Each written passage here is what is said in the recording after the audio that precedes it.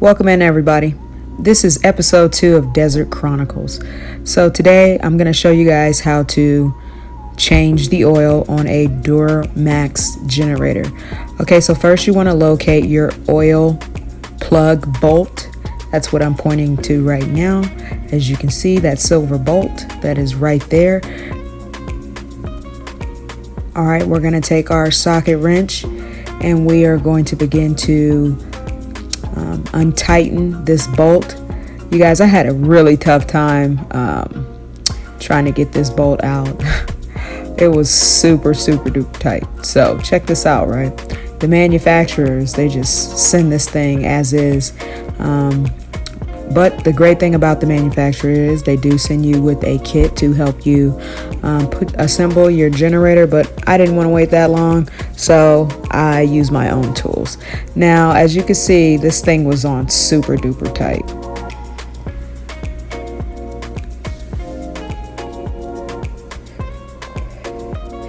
It's actually going to take me a couple of times to actually try to get this thing off, you guys, so keep watching. Great content. Just this shit was really hard to get off.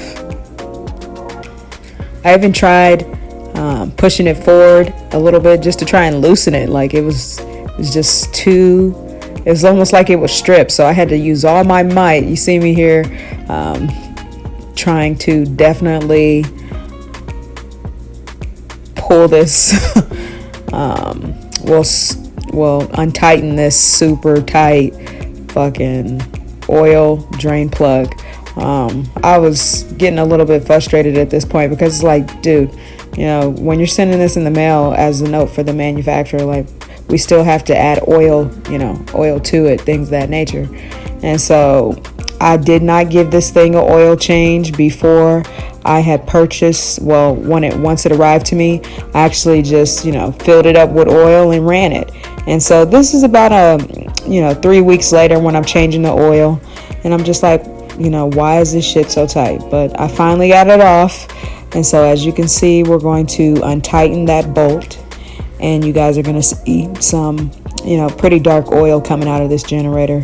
When you're using these generators for sustainability and other light or / power, you definitely want to ensure that you are giving these generators an oil change every 2 to 3 weeks, and that's just, you know, basic maintenance on the generator, especially if you run it as much as I do. So stay tuned and watch all the dark oil drip into the drip pan.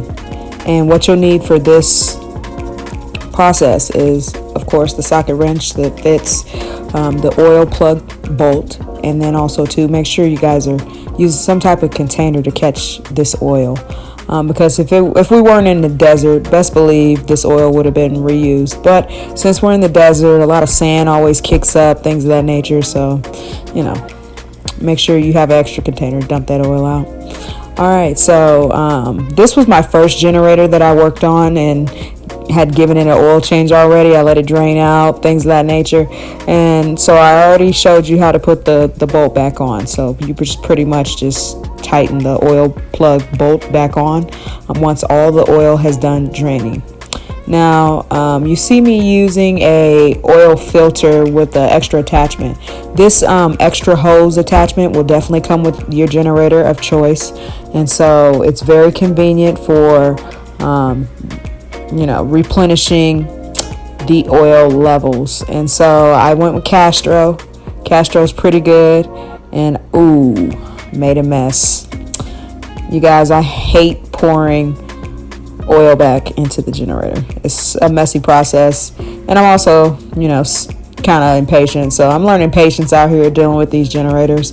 So we will add the 1030 oil, which you should always check to see which kind of oil your generator takes, because you can mess up the engine. This is a small engine, so just remember maintenance, okay? And so now, after we've finished filling up the generator with its level of oil, we're going to go ahead and put some gasoline inside of this durmaxx so that we can see if, we did a great job on the oil change. So stay tuned while I fill up this generator.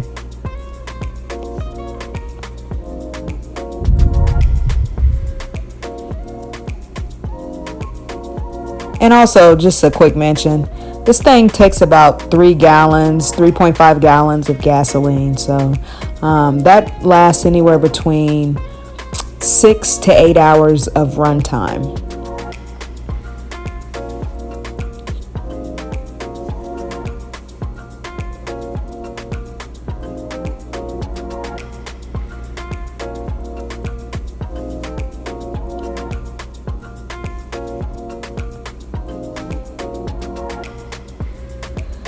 And as we're done pouring all the gasoline inside the generator, we're going to close the cap. You're going to make sure you turn it until you hear that one click.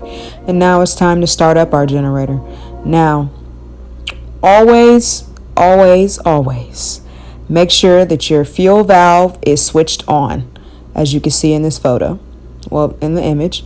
And then you want to come over to your start button. This is an automatic start, so it will start when you press the start. And then also too, once it starts to run, make sure you open up that choke. Listen to that thing purr. All right, you guys, take it easy. Subscribe and comment.